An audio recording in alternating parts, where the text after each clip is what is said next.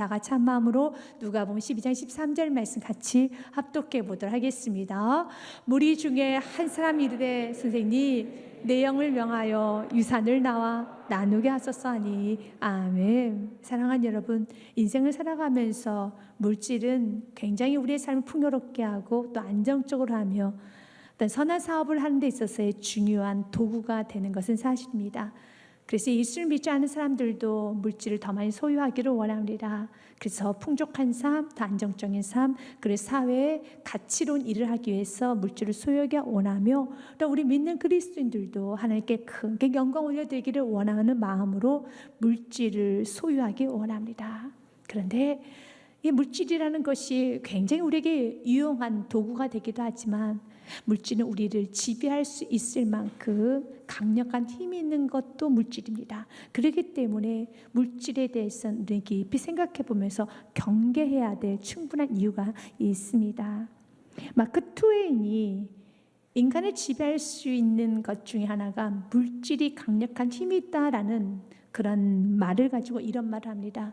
어떤 사람들은 지위를 섬기고 또 어떤 사람들은 영웅을 섬기고 어떤 사람들은 권력을 섬기고 또 어떤 사람들은 하나님을 섬긴다. 각자 섬기는 것이 다르기 때문에 그들은 각각 이상에 대해서 논하지만 하나가 되지는 못한다. 그러나 그들은 모두 돈을 섬기고 있다라고 하면서 돈의 지배를 받는 데 있어 그리스도인들도 예가 될 수 없다라는 말을 경고하고 있습니다.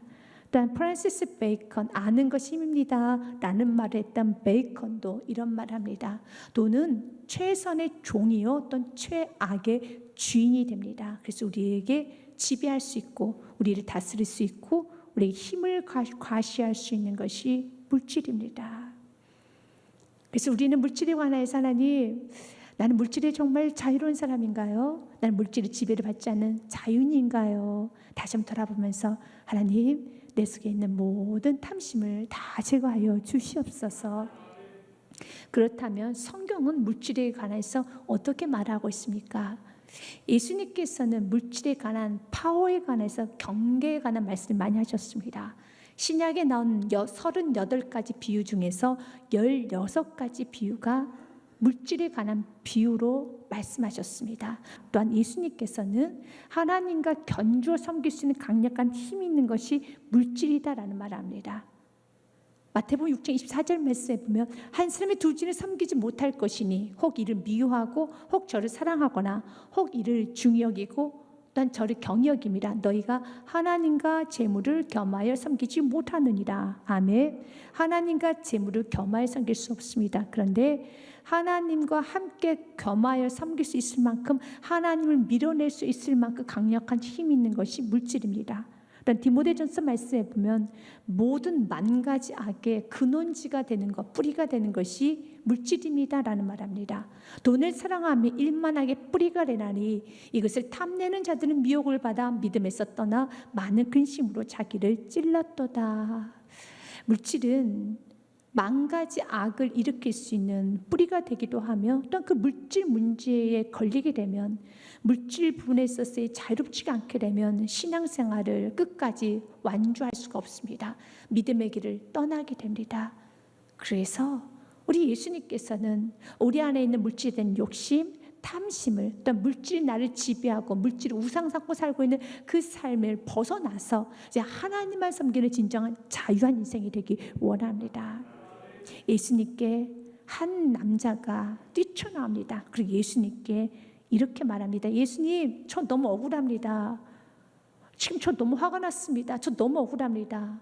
예수님, 형에게 명하사 나에게 돈을 주라고 명하십시오 라고 말합니다. 무리 중에 한 사람이 이르되 선생님, 내 형을 명하사 유산을 나와 나누게 하소서. 아버지부터 유산을 받았는데 형이 다 가지고 왔습니다. 형을 좀 꾸짖어 주사 형에게, 동생에게 돈을 주라고 명하여 주십시오 라고 말합니다.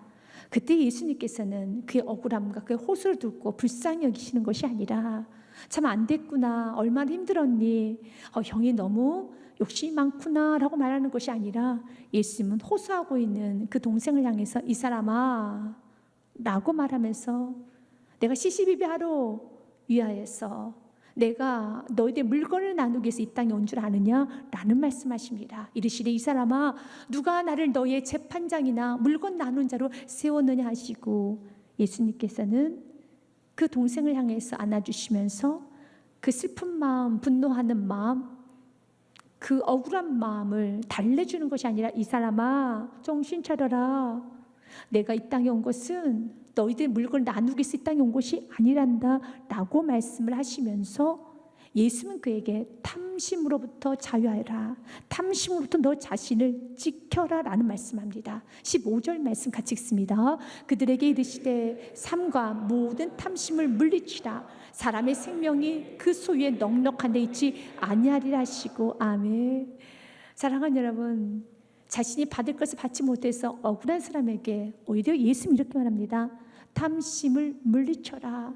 아니 제가 탐심이 있는 것이 아니라 저의 형이 탐심이 있는데요, 제 형이 문제인데요 라고 말하고 싶겠지만 예수님 말합니다. 탐심을 물리쳐라. 그러나 이 말씀은 15절 말씀처럼 그들에게 이르시되, 그 한 사람이 예수님께 유산의 문제를 가지고 나왔지만 그 메시지를 듣고 있던 모든 사람들에게 오늘 이 말씀 듣고는 저와 여러분에게 동일하게 말합니다. 탐심을 물리쳐라. 탐심으로부터 자신을 보호하라 라고 말씀하고 있습니다. 오늘 본문의 말씀을 통해서 우리가 먼저 두 가지를 정리해 보기 원합니다. 첫 번째로는요, 예수님이 이 땅에 오신 이유는 나의 욕심과 나의 정욕을 채우기 위해서 이 땅에 오신 것이 아닙니다. 예수님은 나의 죄에서 나를 구원하시기 위해서 이 땅에 오신 것입니다. 그래서 마태복음 1장 21절 말씀에 보면은 예수님의 그 이름을 가지고 예수님 이 땅에 오신 목적을 분명하게 보여주셨습니다. 같이 읽습니다. 아들을 낳으리니 이름을 예수라 하라. 이는 그가 자기 백성을 그들의 죄에서 구원할 자심이라. 아멘. 예수님 이 땅에 오신 이유는 우리를 죄에서 구원하시기 위해서 이 땅에 오셨습니다. 죄인들의 그 죄를 사해 주실 수 이 땅에 오셨습니다. 예수님은 하나님이십니다. 하늘 보좌를 버리시고 하나님이신 그분께서 이 땅에 인간의 몸으로 오셔서 우리 인간의 모든 죄를 다 사여 주시기 위해서, 또한 욕심 가운데 있는 우리들, 탐심 가운데 있는 우리들, 정욕과 세상 허영과 세상에 있는 모든 것들에 매여 있는 우리들을 그 죄에서 구원하시기 위해서 이 땅에 오셨고, 예수님께서는 우리의 죄를 사여 주시기 위해서 십자가에서 죽으셨습니다. 그분은 피를 흘려 주셨습니다. 오로지 우리의 죄를 사하여 주시기 위해서입니다. 그래서 이사야서 53장 말씀에 보면 그분께서 찔림은 나의 허물 때문이요 그가 상함은 우리의 죄악 때문이라. 그가 징계를 받음으로 우리는 평화를 누리게 되었으며 그가 채찍에 맞음으로 우리는 나음을 받았도다. 아멘. 예수님께서 찔리시고 예수님께서 맞으심으로 예수님이 흘리신 보혈에 의해서 우리는 깨끗함을 받은 것입니다. 그분은 우리를 대신해서 죄인인 내가 죽어야 되는데 예수님은 나를 대신해서 죽으셨습니다. 예수님의 죽으심은 곧 우리에게 당신의 생명을 내어주신 것입니다. 그래서 요한복음 5장 24절 말씀에 보면은 성경은 사망에서 생명으로 옮겨졌느니라. 누가요? 우리 사망했던 우리들이 생명으로 옮겨진 것입니다. 누구 때문에요? 예수 그리스도 때문에. 같이 읽습니다. 내가 진실로 진실로 너희에게 이르노니 내 말을 듣고 또 나 보내신 이를 믿는 자는 영생을 얻었고 심판에 이르지 아니하나니 사망에서 생명으로 옮겨졌느니라. 아멘. 예수는 바로 그 일을 하신 것입니다. 우리 사망에서 생명으로 옮기는 그 일을 하시기 위해서, 그 구원의 사역을 하시기 위해서 이 땅에 오셨습니다. 우리의 욕심과 우리의 정욕을 채우기 위해서 오신 것이 아니라 예수 우리를 그 욕심과 정욕에서 구원하시기 위해서 오신 것입니다. 예수님은 동생에게 억울하다고 분노하면서 나 지금 너무 억울해요. 내 것을 받지 못하고 있어요. 형이 돈을 다 가지고 왔습니다 라고 억울하다고 말하는 그에게 예수 말합니다. 나는 너의 탐심을 치료하기 위해서 왔단다. 그는 지금 자신의 억울함 밖에 없습니다. 보이지가 않습니다. 내가 탐심이 있다고 해요. 맞습니다. 탐심이 있습니다. 보십시오. 유산이라는 것이 아버지가 돌아가셨다는 거잖아요. 아버지가 돌아가셨는데 형제들 서로 싸우고 있습니다. 여러분, 형제들도 사랑해야 되고 지금 더 아버지를 그리워하면서 좀 아름답게 살아가야 되는데 형제들 간에 싸움이 일어납니다.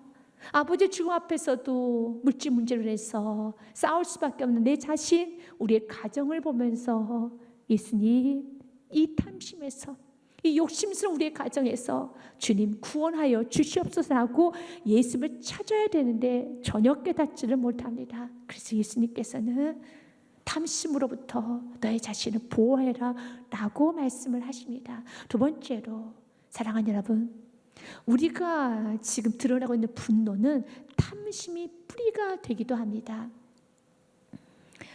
동생은 굉장히 분노를 일으킵니다. 받아야 될 돈을 받지 못하고 있기 때문에 분노가 났지요. 그런데 예수님께서 뭐라고 말씀하십니까? 그건 너의 탐심이야 라고 말합니다. 탐심이란 단어를 헬라어로 보면은 폴레오넥시아, 자기분에 넘치도록 더 많이 가지려고 하는 욕심을 탐심이라고 하는 겁니다. 더 많이 가져가는 욕심입니다. 그럴 때 동생이 이렇게 말할 겁니다. 아닙니다. 내가 더 많이 가지려고 하는 것이 아니라 내가 받아야 될 것을 받지 못했기 때문에 내가 화가 난 겁니다. 그런 예수 말씀, 아니야, 너는 더 많이 가지려고 하고 있어. 너는 욕심이 너무 많아, 지나쳐. 참 예수의 말씀이 왜 이렇게 소화가 안 되고 이해가 안 되는지 너무 어렵습니다. 내가 더 많이 가지려고 한 것이 아니라요, 예수님, 저는 받을 것도 받지 못한 전 피해자라고요 라고 예수님께 다시 되받쳐 말하고 싶지만 예수께 말합니다.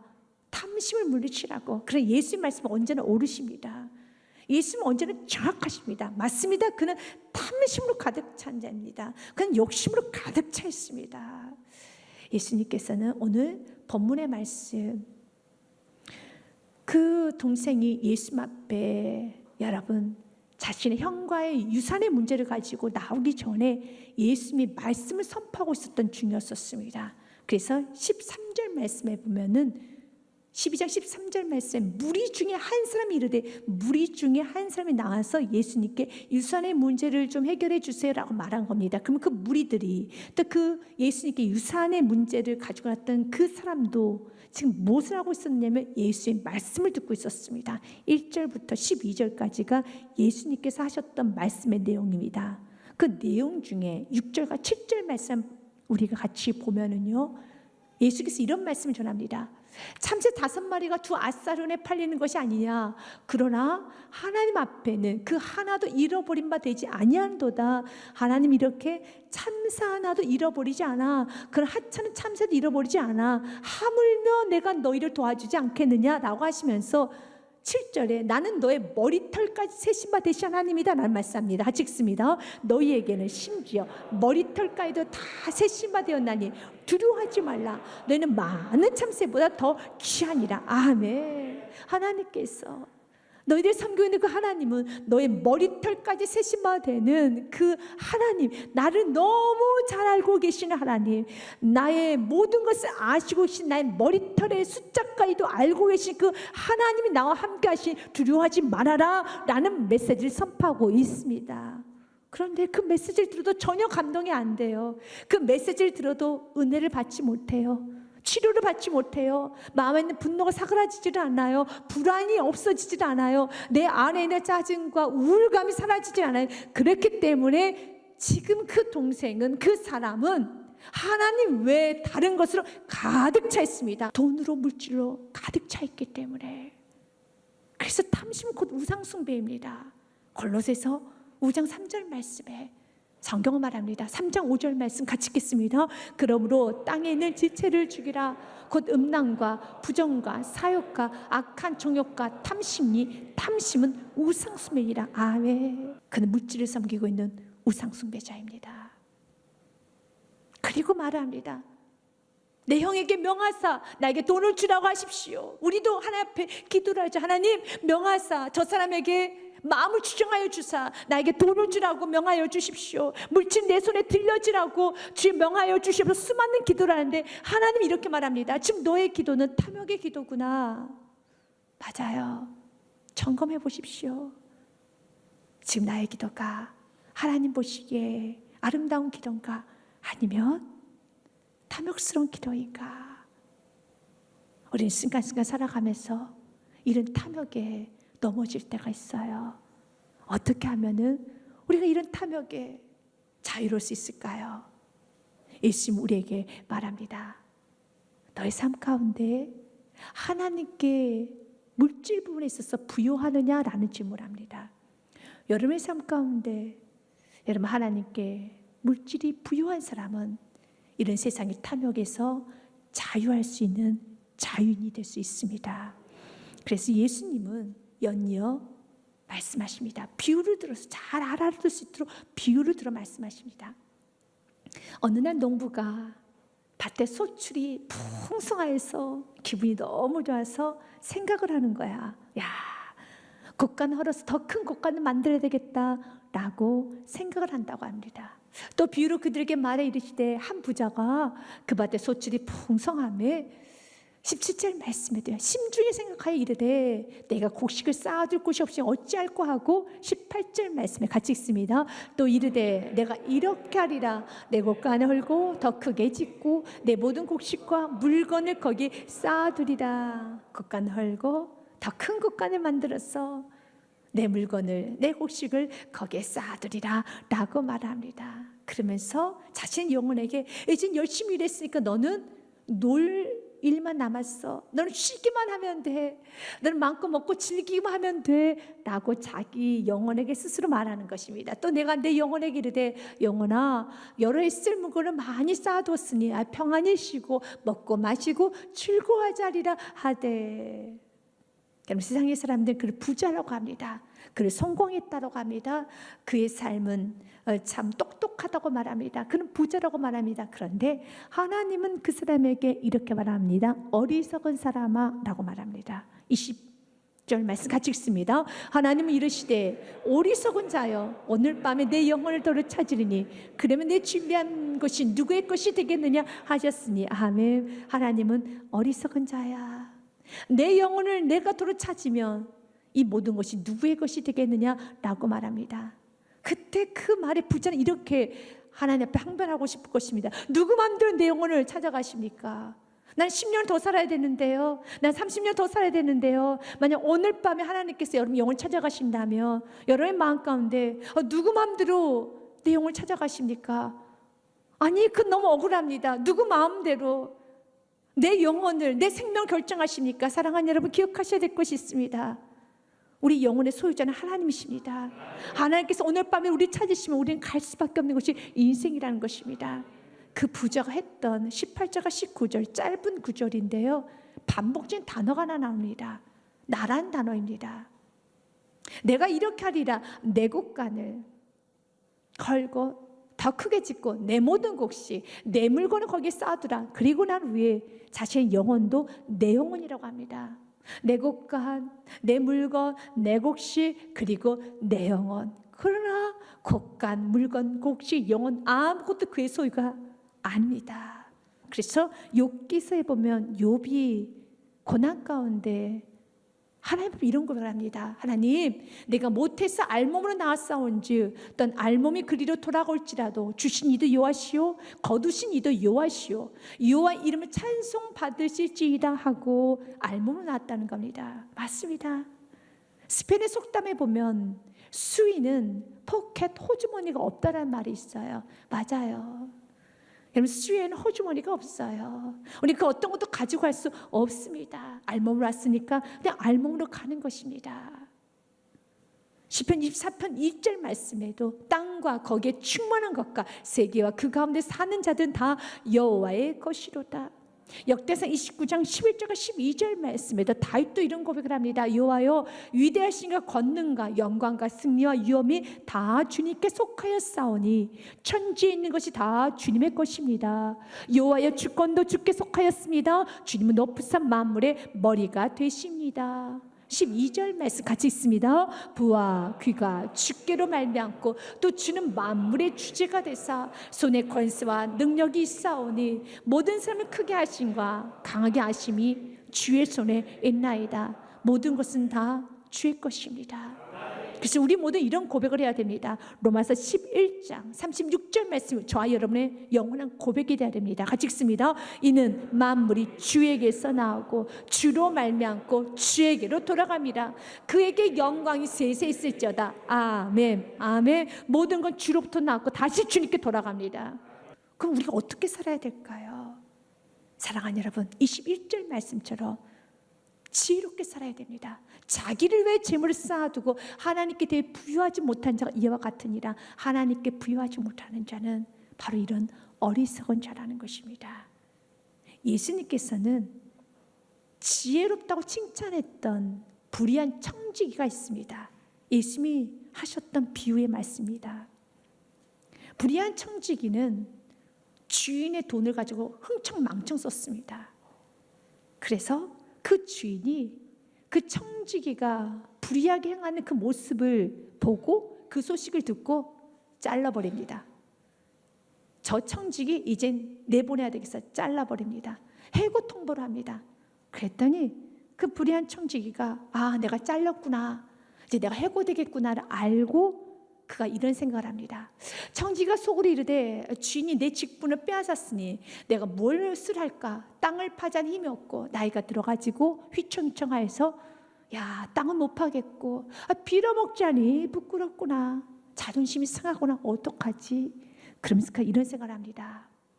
주인에게 빚진 자들 다 불러 모으는 겁니다. 그러면서 50% 감해주고 20% 감해주면, 그 이유는 내가 너 도와줬으니까 이제 내가 쫓겨나가서 난 다음에 그 사람들이 나에게 도움을 주겠지. 일자리를 알선해 준다든지, 아니면 돈을 좀 구워준다든지, 아니면 식사라도 좀 사준다든지, 아니면 좀 내가 사업을 할 수 있도록 돈을 좀 보태주든지 그렇게 날 도와주겠지라고 하면서 주인에게 빚진 자들, 주인의 돈을 쓴 자들에게 다 불러 모으는 겁니다. 주인에게 빚진 자들을 일일이 불러다가 먼저 온 자기들에게 내가 내 주인에게 얼마 빚졌느냐? 네, 기름 100마리니이다. 이르되 여기 내 증서를 가지고 빨리 앉아 50이라 쓰라 하고 50% 삭감을 시키는 겁니다. 10절 말씀에 보면 너는 얼마 빌렸어? 너는 얼마나 빚졌느냐? 이르되 밀 100석이니이다. 이르되 여기 내 증서를 가지고 80이라 쓰라. 20% 삭감인 겁니다. 여러분, 이건 정말 불의한 청지기예요. 여러분이 점주입니다. 그런데 여러분 회사에서, 여러분 사업장에서 선심 쓰듯이 공짜로 물건을 다 주는 겁니다. 아니 50% 70% 세일하면서 다 가져가라는 겁니다. 그러면서 선심을 자꾸 씁니다. 주인 입장에서 보면은 손해죠. 자기 마음대로 돈을 쓴 거예요. 그런데 예수님이 이렇게 말씀하십니다. 빛의 자녀들아, 저와 여러분을 말하는 거예요. 세상 어둠의 자식들 그 지혜를 보고 배우라는 겁니다. 너무 지혜롭다는 겁니다. 그 행동이. 8절 말씀에 보면은요, 같이 읽겠습니다. 시작. 주인이 이 옳지 않은 청지기가 이를 지혜 있게 하였으므로 칭찬하였으니 이 세대 아들들이 자기 시대에 있어서는 빛의 아들들보다 더 지혜로움이라. 세상의 삶도 지혜로워. 이 불의한 청지기의 지혜를 좀 봐라. 얼마나 지혜롭느냐. 성경이 무엇을 말하고 있을까요? 그는 자기가 쫓겨날 줄 알고 내일을, 미래를 준비하고 있어요. 그래서 9절 말씀에 보면은 내가 너에게 말하는 이 불의의 재물로 이 물질을 가지고 친구를 사귀라. 그러면 그 재물이 없어질 때 그들이 너희를 영접할 초소를 영접하리라. 그는 자기 해고 통보를 받았다는 것을 알고 자기가 그 자리에 있을 때 자기 내일을 위해서 친구를 만들고 있어요. 물질을 가지고 자기가 나가서 나를 도와줄 사람을 찾아내기 위해서 친구를 만들어가고 있습니다. 그는 미래를 준비하고 있다는 겁니다. 그런데 썩어질 미래, 내일을 알지 못한 미래를 위해서 세상 사람들 저렇게 준비하는데, 우리가 미래를 믿고 있다면, 하나님 앞에 서야 될 때를 믿고 있다라면 이렇게 하나님께 부요하지 않고 살아갈 수 있겠는가? 오늘 밤 내가 내 영혼을 도로 찾아간다는 이 말씀 믿고 있는데, 오늘 밤 내가 내 영혼을 도로 찾아가는데 그렇게 나에게 인색해야 되겠느냐? 하나님은 이번 한 주간도 어리석은 부자처럼 매일 밤마다 내일은 더 고간 늘려야 되겠다, 내일은 더 많은 것을 먹고 마실 수 있도록 준비하겠다라고 매일매일 꿈을 꾸며 준비하는 세상 사람과 동일하게 사는 것이 아니라 우리 그리스도인들은 매일매일 밤 내일은 더 하나님의 영광 올려드리리라, 내일은 더 믿음으로 살리라, 내일은 더 감사하며 살리라, 내일은 더 마지막 날인 것처럼 기뻐하며 나누며 사랑하며 섬기며 살리라 라고 꿈을 꾸며 매일매일 밤을 마무리하시길 바라겠습니다. 그리고 그날 밤에 주께 찾아오셨을 때 내가 내 영을 도로 찾아가리라 라고 말씀하실 때 주님 잘 썼습니다. 당신의 것이오니 주님 받아 주시옵소서. 주님 앞에 여러분의 온몸을 드릴 수 있는 여러분의 삶이 되시길 바라겠습니다. 이제 하나님께 마음을 부여하게 하십시오. 하나님께 시간을 부여하게 하십시오. 하나님께 물질을 부여하게 하시길 바라겠습니다.